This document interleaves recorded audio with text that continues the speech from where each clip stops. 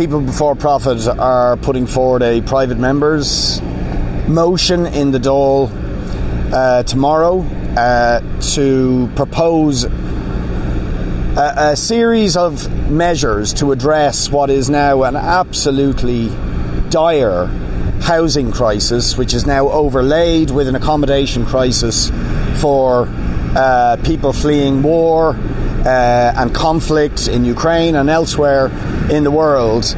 And I think we would say you can't really separate the government's failure to deal with the housing and homelessness crisis from their failure to have adequate accommodation for people fleeing war and conflict in Ukraine and elsewhere. So we are trying to propose some practical measures, which indeed we've been advocating to the government for months now in the private members' motion tomorrow. One thing that first of all we want to highlight is that despite the government's introduction, belatedly, of an eviction ban, there is a major hole in that legislation, which means that people who got termination dates for their notice to quit prior to the introduction of the emergency period, which begins on the 1st of November, those people can still be evicted. That hole needs to be closed off, and the government need to clarify, is that a mistake or have they deliberately done that? But in any event, it needs to be addressed, because it makes absolutely no sense to allow anybody to be evicted into homelessness when we have nearly 11,000 families already homeless, and where we have an absolutely dire accommodation and homelessness crisis.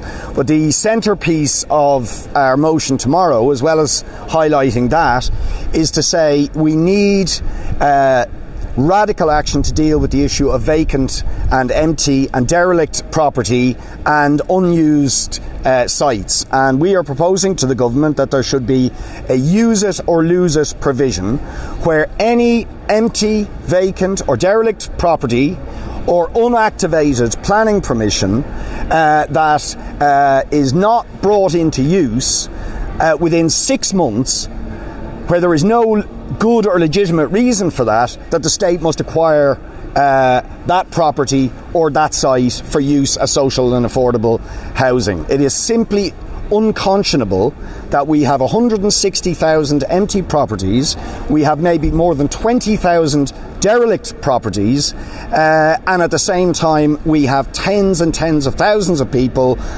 who are unable to get social housing, more than 10,000 in emergency accommodation, and of course thousands of desperate people fleeing war and conflict unable to get accommodation. The solution is staring us in the face, but the government won't take the necessary action to get hold of the vacant and empty property and sites that are being hoarded by property developers and property speculators, which could be used and activated to provide social and affordable accommodation for the many tens of thousands who need it as a matter of urgency. We're also saying that the government must take a much higher proportion of new developments for social and affordable housing.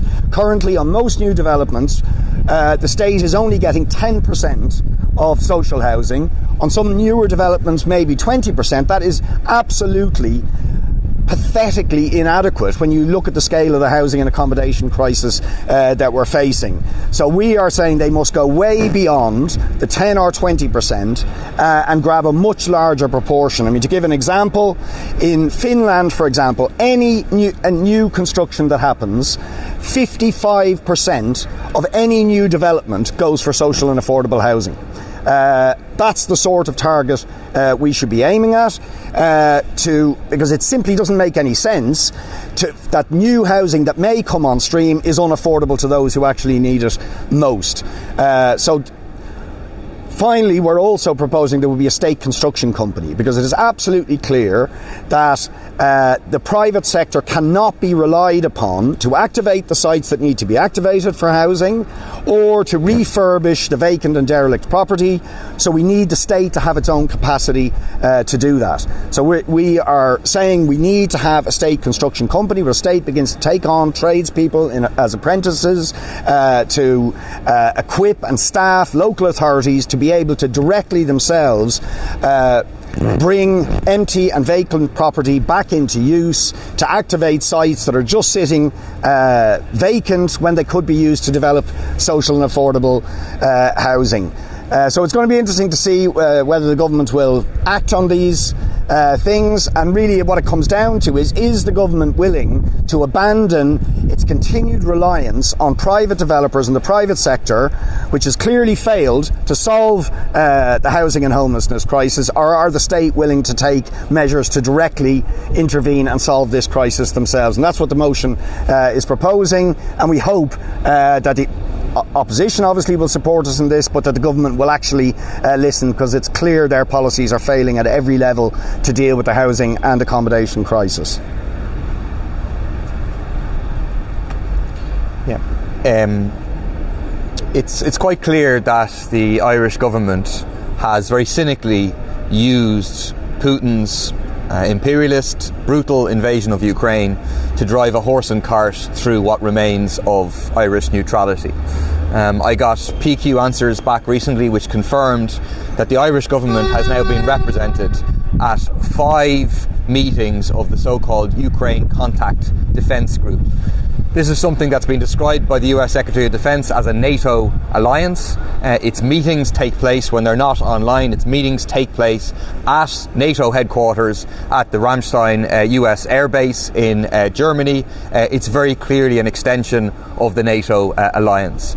Last week, Minister Coveney confirmed that the Irish military will be participating in a training exercise for the Ukrainian military that comes on top of the delivery of armaments. The Irish government says, well, we contributed to the non-lethal parts of the weaponry going to Ukraine. I mean, even according to the Constitution, the Irish state should not participate in any military conflict without the assent of Dáil Éireann. The government has not brought the military training to Dáil Éireann. The government have not brought the military equipment in front of Dáil Éireann. The government has not brought its participation in the NATO alliance of the Ukraine Contact Defence Group to Dáil Éireann. And they're ignoring, obviously, the opinion of the vast majority of the public who are in favour of defending the idea of neutrality, of maintaining a consistent anti-imperialist position against the imperialism of Putin, which, you know, obviously the vast majority of people are opposed to, his invasion of Ukraine, but also the expansionism and imperialism of US and NATO. So we're going to be raising this very strongly in the Dáil this week. We'll also be making the point that if the Irish government actually wants to give real and meaningful solidarity to the Ukrainian people, one, obviously, we should be ensuring that there are no Ukrainian refugee, like no Syrian refugee, no Russian refugee, no Irish person should be sleeping on the streets. The Irish government should be shutting down the shadow banking system, which continues to be used by Russian oligarchs as well as oligarchs from other countries, and the Irish government should be pushing for debt cancellation for Ukraine.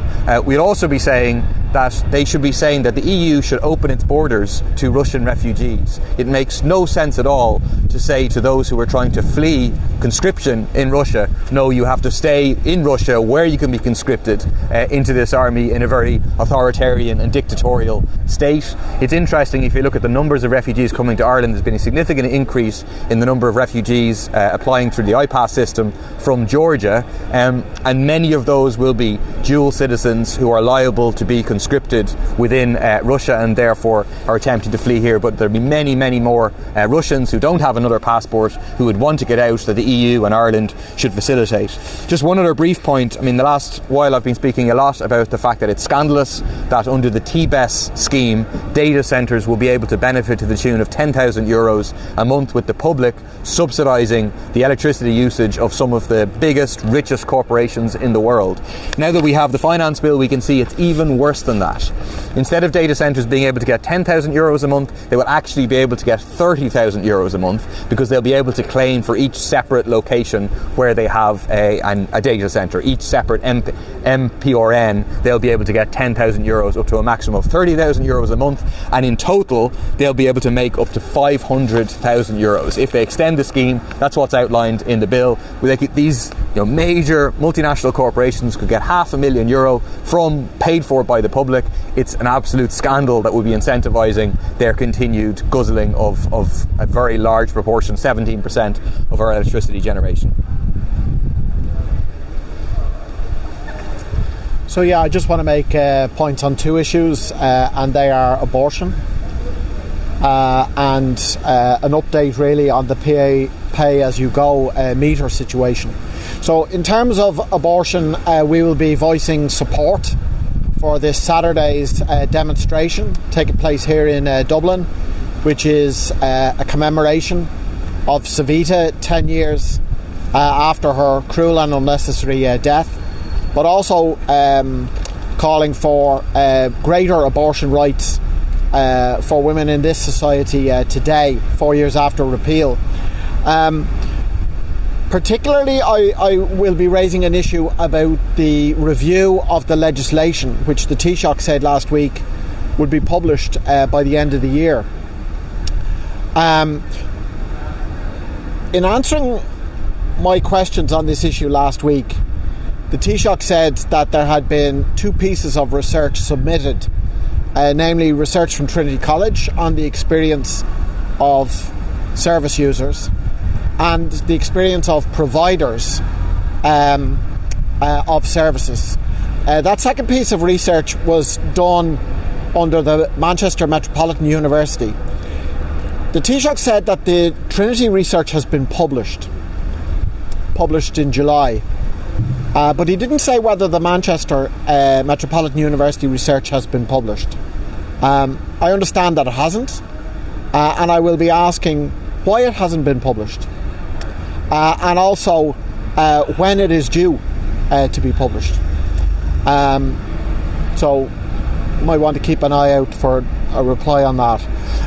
In terms of the pay-as-you-go, the change that we've seen in the last week is it's been announced that pay-as-you-go gas customers will no longer have to pay the €199 fee if they want to transfer to bill pay. I think that is a sign of the fact that the government and the energy companies are under a degree of pressure on this issue. It's a welcome change. But there are many other penalties which still remain in place and which need to go as well.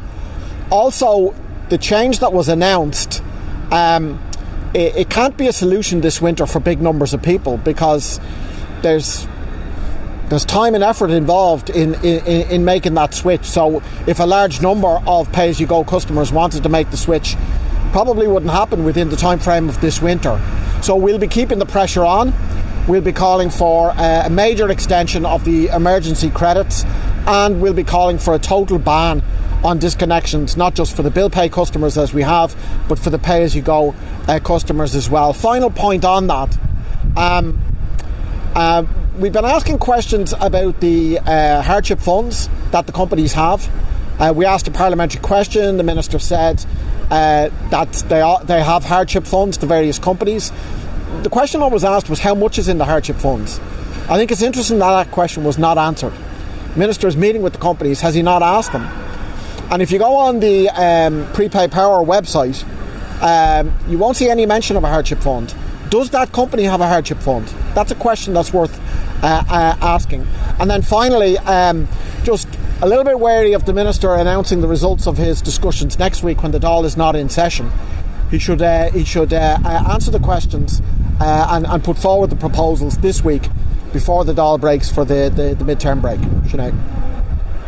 Richard, do you have any confidence that the Minister can deliver 4,000 places in local authority buildings which you said will be refurbished and will have dormitory-style accommodation fairly soon?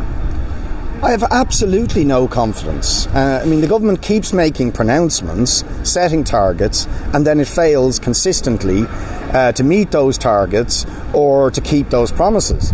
And a lot of the problem is that the state simply does not have its own capacity to refurbish empty properties, to activate sites where there are planning permission for housing, but it is completely reliant on private developers. And it is self-evident that private building is slowing down.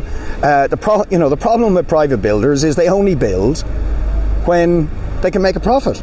The state has to have its own capacity to respond quickly, to activate sites and to refurbish vacant and empty properties. And I know in my area, I wrote last summer to the Minister about buildings, some of them publicly owned, some privately owned, that could be used for accommodation for people, and still nothing happens to these sites. So it's self-evident that the government is not matching its own rhetoric and its own promises. I'm sorry, if I might just mention, I forgot to mention the Tiny House case that's happening at the moment, because there's, among others, there's a People Before Profit councillor living there, but there's 35 families now are being faced by a mass eviction by a landlord who's trying to circumvent the residential tenancies legislation around the Tyrrellstown Amendment to mass evict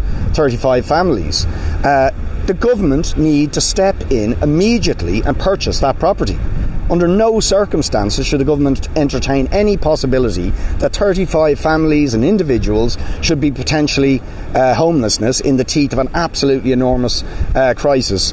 And the government pay lip service to some of these ideas, but again, in my own area, we've been fighting for the council to take over certain properties where there's empty properties and where there's tenants faced with eviction, and they still don't do it. They say they're going to do it, but they don't actually do it. So we need action, not words and promises from the government on reactivating and refurbishing empty and vacant property to address what is an absolutely catastrophic housing and accommodation crisis.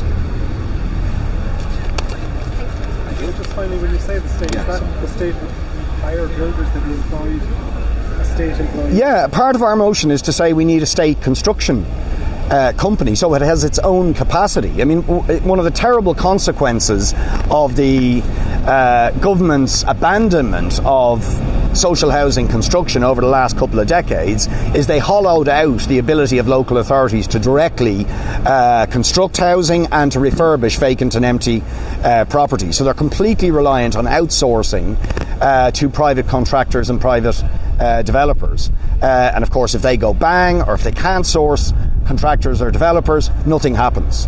One example in my own area is a development of 42 co-op social housing units in Loughlinstown, and the developer has just pulled out in recent months, and that whole project is now stalled because the local authority doesn't have its own capacity to just go out and build those houses. And that's true of vacant and empty property as well. So you get vacant and empty property sitting there for months and months and months while the local authority is trying to source private contractors rather than have its own capacity, construction capacity with tradespeople, with apprentices to go out and just do the work immediately and bring those houses back into use. And it drives communities absolutely crazy when they see empty property sitting around in estates near them and they have family members who are homeless or on housing lists for a decade, and nothing moves with those properties for months, sometimes years. It's absolutely outrageous. So we think the state has to have its own construction capacity.